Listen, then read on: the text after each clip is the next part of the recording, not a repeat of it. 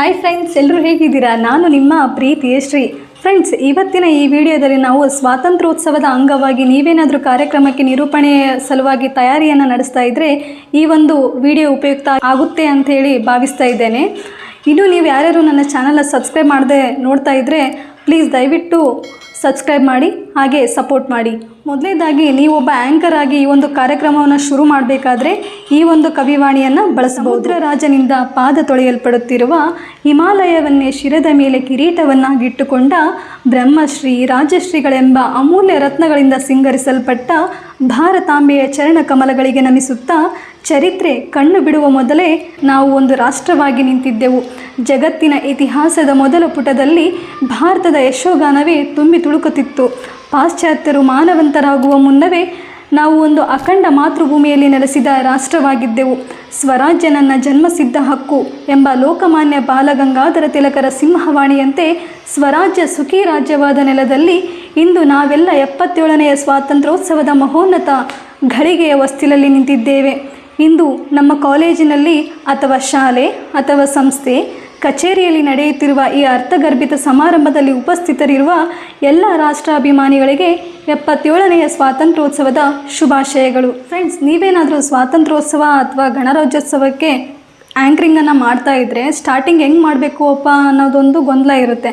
So ಹಂಗಾಗಿ ಈ ಒಂದು ಕವಿವಾಣಿಯನ್ನು ಬಳಸೋದ್ರಿಂದ ನಿಮ್ಮ ಕಾರ್ಯಕ್ರಮ ಇನ್ನಷ್ಟು ಮೆರುಗುಗೊಳ್ಳುತ್ತೆ ಅಂತ ಹೇಳೋದಕ್ಕೆ ಇಷ್ಟಪಡ್ತೀನಿ. ಫ್ರೆಂಡ್ಸ್, ಈ ಒಂದು ಸ್ವಾತಂತ್ರ್ಯೋತ್ಸವ ಅಥವಾ ಗಣರಾಜ್ಯೋತ್ಸವ ಸಮಾರಂಭದಲ್ಲಿ ನೀವೇ ಓನಾಗಿ ಕಾರ್ಯಕ್ರಮವನ್ನು ನಡೆಸ್ಕೊಡ್ತಾ ಇದ್ದರೆ ಮೊದಲೇದಾಗಿ ನೀವು ಹೆಂಗೆ ವಿಶ್ ಮಾಡೋದು ಅನ್ನೋದ್ರ ಬಗ್ಗೆ ತಲೆ ಕೆಡಿಸ್ಕೊಂಡಿರ್ತೀರ ಅಲ್ವಾ. ಸೊ ಹಂಗಾಗಿ ಈ ಒಂದು ಕವಿವಾಣಿಯನ್ನು ಬಳಸೋದು ಸೂಕ್ತ ಅನ್ನೋದು ನನ್ನ ಅನಿಸಿಕೆ. ಮತ್ತು ಇನ್ನೊಂದೇನೆಂದರೆ ಈ ಸಮಯದಲ್ಲಿ ಯಾವ ರೀತಿಯಾಗಿ ಕವಿವಾಣಿಗಳು ಅಂದರೆ ಚಿಕ್ಕ ಪುಟ್ಟ ಏನೋ ಅಂತಾರಲ್ಲ, ಅದು ಪ್ರಕೃತಿಯನ್ನು ಹೊಗಳೋದು ಅದೆಲ್ಲ ಬಳಸೋದು ಅಷ್ಟೊಂದು ಸೂಕ್ತ ಅಂತ ನನಗನ್ಸಿಲ್ಲ. ಯಾಕಂತಂದರೆ ಈ ಒಂದು ಸಾಲುಗಳು ಏನಿದಾವಲ್ಲ, ನಮ್ಮ ದೇಶದ ಕುರಿತಂತೆ ಒಂದು ಸಮಗ್ರ ನೋಟವನ್ನು ಈ ಒಂದು ಸಾಲುಗಳಲ್ಲಿ ಹಿಡಿದಿಡಲಾಗಿದೆ. ಸೊ ಹಂಗಾಗಿ ಇದನ್ನು ಬಳಸೋದು ಉತ್ತಮ ಅಂತೇಳಿ ನನ್ನ ಅನಿಸಿಕೆ. ಆಮೇಲೆ ಸರ್ವೇ ಸಾಮಾನ್ಯವಾಗಿ ಧ್ವಜಾರೋಹಣ ಅಂತ ಇರುತ್ತೆ. ಸೊ ಹಂಗಾಗಿ ನೀವೇನು ಮಾಡಬೇಕು ಅಂತಂದರೆ ವಿಶ್ ಮಾಡಿದ ಕೂಡಲೇ ಚೀಫ್ ಗೆಸ್ಟ್ ಯಾರು ಇರ್ತಾರಲ್ವ, ಸೊ ಹಂಗಾಗಿ ಅವ್ರ ನೇಮನ್ನು ಬರೆದಿಟ್ಕೊಂಡ್ಬಿಡಿ. ಆವಾಗ ಏನಂದರೆ ನಿಮಗೆ ಸ್ವಲ್ಪ ಗೊಂದಲ ಕಡಿಮೆ ಆಗಿಬಿಡುತ್ತೆ. ಆವಾಗ ನೀವು ಯಾವ ರೀತಿಯಾಗಿ ಸಾಲುಗಳನ್ನ ಬಳಸ್ಬೋದು ಅನ್ನೋದ್ರ ಬಗ್ಗೆ ಈಗ ತಿಳಿಸ್ಕೊಡ್ತಾ ಇದ್ದೇನೆ. ಧ್ವಜಾರೋಹಣದಲ್ಲಿ ಬಳಸಬಹುದಾದ ಸಾಲುಗಳು ಈ ರೀತಿಯಾಗಿದೆ. ಈ ಒಂದು ಸಂದರ್ಭದಲ್ಲಿ ಯಾವ ರೀತಿಯಾಗಿ ಅವರನ್ನು ಇನ್ವೈಟ್ ಮಾಡ್ಬೋದು ಅಂತಂದರೆ, ಇಂದಿನ ಕಾರ್ಯಕ್ರಮಕ್ಕೆ ಮುಖ್ಯ ಅತಿಥಿಗಳಾಗಿ ಆಗಮಿಸಿದ ಇವರು ಶ್ರೀಯುತ ಅಥವಾ ಶ್ರೀಮತಿ ಅವರ ಡೆಸಿಗ್ನೇಷನನ್ನು ಕೂಡ ಹೇಳಿಬಿಟ್ಟು ಇವರು ಧ್ವಜಾರೋಹಣ ಕಾರ್ಯಕ್ರಮವನ್ನು ನೆರವೇರಿಸಬೇಕಾಗಿ ವಿನಂತಿಸಿಕೊಳ್ಳುತ್ತಿದ್ದೇನೆ. ಹಾಗೆಯೇ ಇನ್ನಿತರ ಗಣ್ಯರು ಕೂಡ ಸಹಕರಿಸಬೇಕಾಗಿ ಮನವಿಯನ್ನು ಮಾಡಿಕೊಳ್ಳುತ್ತಿದ್ದೇನೆ ಅಂತ ಹೇಳಿಬಿಟ್ಟು, ಹಾಗೆಯೇ ಅಲ್ಲಿ ಯಾರ್ಯಾರು ಉಪಸ್ಥಿತರಿರ್ತಾರೋ ಅವರಿಗೆಲ್ಲ ರಾಷ್ಟ್ರಧ್ವಜಕ್ಕೆ ಗೌರವವನ್ನು ಸೂಚಿಸಲು ಎದ್ದು ನಿಲ್ಲಬೇಕಾಗಿ ವಿನಂತಿ ಅಂತ ನಿಮ್ಮ ಕಡೆಯಿಂದ ಒಂದು ಸಣ್ಣ ಸೂಚನೆಯನ್ನು ನೀಡೋದ್ರಿಂದ ನಿಮ್ಮ ಒಂದು ನಿರೂಪಣೆ ಇನ್ನಷ್ಟು ಚಂದ ಅನಿಸುತ್ತೆ ಅಂತ ಹೇಳೋದಕ್ಕೆ ಇಷ್ಟಪಡ್ತೀನಿ. ಧ್ವಜಾರೋಹಣ ಕಾರ್ಯಕ್ರಮವನ್ನು ನೆರವೇರಿಸಿಕೊಟ್ಟಂತಹ ಅತಿಥಿಗಳಿಗೆ ತುಂಬ ಹೃದಯದ ಧನ್ಯವಾದಗಳು ಅಂತೇಳಿ ಆ ಒಂದು ಅಂತನ ಅಲ್ಲಿಗೆ ಮುಗಿಸ್ಬಿಡಿ. ಆಮೇಲೆ ಕಾಮನ್ ಆಗಿ ಸ್ಪೀಚ್ ಇರುತ್ತೆ. ಅಂದರೆ ಸ್ಟೂಡೆಂಟ್ಸ್ಗಳಿಂದ ಆಲ್ಮೋಸ್ಟ್ ಸ್ವಾತಂತ್ರ್ಯೋತ್ಸವಕ್ಕೆ ಗಣರಾಜ್ಯೋತ್ಸವಕ್ಕೆ ಫ್ಲಾಗ್ ಹಾಸ್ಟಿಂಗ್ ಆಗಿದ ಕೂಡಲೇ ಸ್ಪೀಚ್ ಇರುತ್ತೆ. ಸೊ ಹಂಗಾಗಿ ನೀವು ತಡ ಮಾಡ್ದೇನೆ ಸ್ಟೂಡೆಂಟ್ಗಳ ಹೆಸರುಗಳನ್ನ 1 by 1 ಲೀಸ್ಟ್ ಮಾಡ್ಕೊಂಡ್ಬಿಡಿ. ಇದರಿಂದ ನಿಮಗೆ ಆ್ಯಂಕರಿಂಗ್ ಮಾಡೋದಕ್ಕೆ ಈಸಿ ಆಗುತ್ತೆ ಅಂತ ಹೇಳೋದಕ್ಕೆ ಇಷ್ಟಪಡ್ತೀನಿ. ಆಮೇಲೆ ಸ್ಟೂಡೆಂಟ್ಸ್ಗಳ ಸ್ಪೀಚ್ ಮುಗಿದ್ಮೇಲೆ ಕಾಮನ್ ಆಗಿ ಚೀಫ್ ಗೆಸ್ಟ್ ಯಾರು ಬಂದಿರ್ತಾರಲ್ವ ಅವ್ರ ಕಡೆಯಿಂದ ಸ್ಪೀಚ್ ಇರುತ್ತೆ. ಆವಾಗ ನೀವು ಯಾವ ರೀತಿಯಾಗಿ ಸಾಲುಗಳನ್ನ ಬಳಸ್ಬೋದು ಅನ್ನೋದ್ರ ಬಗ್ಗೆ ತಿಳಿಸ್ಕೊಡ್ತಾ ಇದ್ದೀನಿ. ಈ ಒಂದು ಅರ್ಥಗರ್ಭಿತ ಸಮಾರಂಭಕ್ಕೆ ವಿಶೇಷ ಆಹ್ವಾನಿತರಾದ ಶ್ರೀಯುತ ಅಥವಾ ಶ್ರೀಮತಿ ಇವರಿಂದ ಇದೀಗ ಸ್ವಾತಂತ್ರ್ಯೋತ್ಸವದ ಕುರಿತಂತೆ ಅತಿಥಿ ನುಡಿಗಳಂತ ಹೇಳಿ ಇವರು ತಮ್ಮ ನುಡಿಪೀಠವನ್ನೇರುವ ಮೂಲಕ ಅತಿಥಿ ನುಡಿಗಳನ್ನು ನಮ್ಮ ಮುಂದೆ ಹಂಚಿಕೊಳ್ಳಬೇಕಾಗಿ ವಿನಂತಿಸಿಕೊಳ್ತಾ ಇದ್ದೇನೆ. ಸ್ಪೀಚ್ ಮುಗಿದ್ಮೇಲೆ ತಮ್ಮ ಅರ್ಥಗರ್ಭಿತ ಮತ್ತು ದೇಶಭಕ್ತಿಯ ಮೌಲ್ಯಗಳುಳ್ಳ ವಿಶಿಷ್ಟ ಮಾತಿನ ಮೂಲಕ ನಮ್ಮೆಲ್ಲರಲ್ಲಿ ದೇಶಭಕ್ತಿಯ ಕಿಚ್ಚು ಹಚ್ಚಿದ ಶ್ರೀಯುತ ಅಥವಾ ಶ್ರೀಮತಿ ಇವರಿಗೆ ತುಂಬ ಹೃದಯದ ಧನ್ಯವಾದಗಳು ಅಂತ ಹೇಳಿ ಈಗ ಇವೆಲ್ಲ ಆದಮೇಲೆ ಆಲ್ಮೋಸ್ಟ್ ಪ್ರೈಸ್ ಡಿಸ್ಟ್ರಿಬ್ಯೂಷನ್ ಇರುತ್ತೆ. ಅಂದರೆ ಸ್ಕೂಲು ಅಥವಾ ಕಾಲೇಜ್ನಲ್ಲಿ ಸ್ವಾತಂತ್ರ್ಯೋತ್ಸವದ ಸಂದರ್ಭದಲ್ಲಿ ಸ್ಪೋರ್ಟ್ಸ್ ಮತ್ತು ಕಲ್ಚರಲ್ ಆ್ಯಕ್ಟಿವಿಟೀಸ್ ಬಗ್ಗೆ ಕಾಂಪಿಟೇಷನ್ ಇರುತ್ತೆ.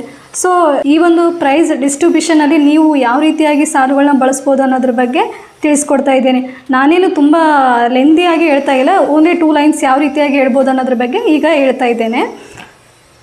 ಈ ಒಂದು ಸುಂದರ ಕಾರ್ಯಕ್ರಮದಲ್ಲಿ ಸ್ವಾತಂತ್ರ್ಯೋತ್ಸವದ ಅಂಗವಾಗಿ ಹಮ್ಮಿಕೊಳ್ಳಲಾಗಿದ್ದ ಕ್ರೀಡೆ ಹಾಗೂ ಇನ್ನಿತರ ಸಾಂಸ್ಕೃತಿಕ ಚಟುವಟಿಕೆಗಳಲ್ಲಿ ತಮ್ಮ ಪ್ರತಿಭೆಯನ್ನು ಪ್ರದರ್ಶಿಸಿ ನಮ್ಮೆಲ್ಲರನ್ನು ರಂಜಿಸಿದ ಪ್ರತಿಭೆಗಳಿಗೆ ಈಗ ಬಹುಮಾನ ಪ್ರಶಂಸನಾ ವಿತರಣೆಯ ಸಂದರ್ಭ ಅಂತ ಹೇಳಿದ ಮೇಲೆ ಅಲ್ಲಿ ಬಂದಿರುವಂತಹ ಅತಿಥಿಗಳ ಹೆಸರನ್ನು ನೀವು ಎಷ್ಟು ಜನ ವಿದ್ಯಾರ್ಥಿಗಳಿದ್ದಾರೋ ಅದನ್ನು ನೀಟಾಗಿ ಈಕ್ವಲ್ ಆಗಿ ಡಿವೈಡ್ ಮಾಡಿಬಿಡಿ. ಇದರಿಂದ ನಿಮಗೆ ಅಲ್ಲಿ ನೇಮ್ಸ್ಗಳನ್ನ ಕರಿಬೇಕಾದ್ರೆ ಒಂದು ಕ್ಲಾರಿಟಿ ಇರುತ್ತೆ ಅಂತ ಹೇಳೋದಕ್ಕೆ ಇಷ್ಟಪಡ್ತೀನಿ. ಆಮೇಲೆ ಪ್ರೈಸ್ ಡಿಸ್ಟ್ರಿಬ್ಯೂಷನ್ ಆದಮೇಲೆ ಪ್ರಶಂಸನಾ ವಿತರಣಾ ಪತ್ರವನ್ನು ವಿತರಿಸಿದ ಹಾಗೂ ಸ್ವೀಕರಿಸಿದ ಎಲ್ಲರಿಗೂ ತುಂಬ ಹೃದಯದ ಧನ್ಯವಾದಗಳಂತ ಹೇಳಬೇಡಿ. ಆಮೇಲೆ ಕಾರ್ಯಕ್ರಮದ ಕೊನೆಯ ಘಟ್ಟ ವಂದನಾರ್ಪಣೆ. ಈ ಒಂದು ಸಂದರ್ಭದಲ್ಲಿ ನೀವು ಬಳಸಬಹುದಾದ ಸಾಲುಗಳು ಈ ರೀತಿಯಾಗಿರ್ಬೋದು. ಅಂದರೆ ಸ್ವಾತಂತ್ರ್ಯೋತ್ಸವಕ್ಕೆ ನೀವು ಪ್ರಿಪ್ರೇಷನನ್ನು ಮಾಡ್ತಾ ಇದ್ದರೆ ಈ ಒಂದು ಕವಿವಾಣಿ ಸೂಕ್ತ ಅಂತ ಹೇಳೋದಕ್ಕೆ ಇಷ್ಟಪಡ್ತೀನಿ. ಧನ್ಯವಾಯಿತು ತಾಯಿ ನನ್ನ ಜನ್ಮ, ಪೂಜಿಸಲು ನಿನ್ನ ಪಾದ ಪದ್ಮ.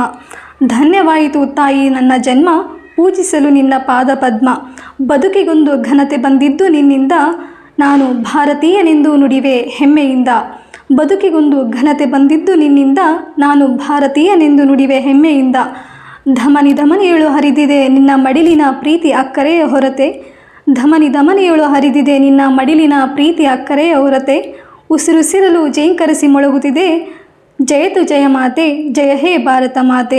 ಉಸಿರುಸಿರಲು ಜೇಂಕರಿಸಿ ಮೊಳಗುತ್ತಿದೆ ಜಯತು ಜಯ ಮಾತೆ, ಜಯ ಹೇ ಭಾರತ ಮಾತೆ ಅಂತ ಹೇಳಿ ಕಾರ್ಯಕ್ರಮದಲ್ಲಿ ಉಪಸ್ಥಿತರಾಗಿ ಕಾರ್ಯಕ್ರಮದ ಯಶಸ್ಸಿಗೆ ಕಾರಣೀಕರ್ತರಾದ ಎಲ್ಲರಿಗೂ ವಂದನೆಯ ಅಭಿನಂದನೆಗಳು ಅಂತ ಹೇಳಿ ಕಾರ್ಯಕ್ರಮದಲ್ಲಿ ಉಪಸ್ಥಿತರಾಗಿ ಕಾರ್ಯಕ್ರಮದ ಯಶಸ್ಸಿಗೆ ಕಾರಣೀಕರ್ತರಾದ ಸರ್ವರಿಗೂ ವಂದನೆಯ ಅಭಿನಂದನೆಗಳು ಅಂತ ಹೇಳಿ ಸ್ವಾತಂತ್ರ್ಯೋತ್ಸವದ ನಿರೂಪಣೆಗೆ ವಿದಾಯ ಹೇಳಿಬಿಡಿ. ನೋಡಿದ್ರಲ್ಲ ಫ್ರೆಂಡ್ಸ್, ಇದಿಷ್ಟು ಸ್ವಾತಂತ್ರ್ಯೋತ್ಸವದ ಸಂದರ್ಭದಲ್ಲಿ ಬಳಸಬಹುದಾದಂತಹ ಒಂದು ಕಂಪ್ಲೀಟ್ ನಿರೂಪಣಾ ಮಾದರಿಯಾಗಿದೆ. ಈ ಒಂದು ವಿಡಿಯೋ ನಿಮಗೆಲ್ಲ ಉಪಯುಕ್ತ ಆಗಿದೆ ಅಂತ ಭಾವಿಸ್ತಾ ಇದ್ದೇನೆ. ಈ ಒಂದು ವಿಡಿಯೋ ನಿಮಗೆ ಇಷ್ಟ ಆಗಿದರೆ ಲೈಕ್ ಮಾಡಿ, ಶೇರ್ ಮಾಡಿ ಮತ್ತು ಸಬ್ಸ್ಕ್ರೈಬ್ ಮಾಡೋದನ್ನು ಮರಿಬೇಡಿ.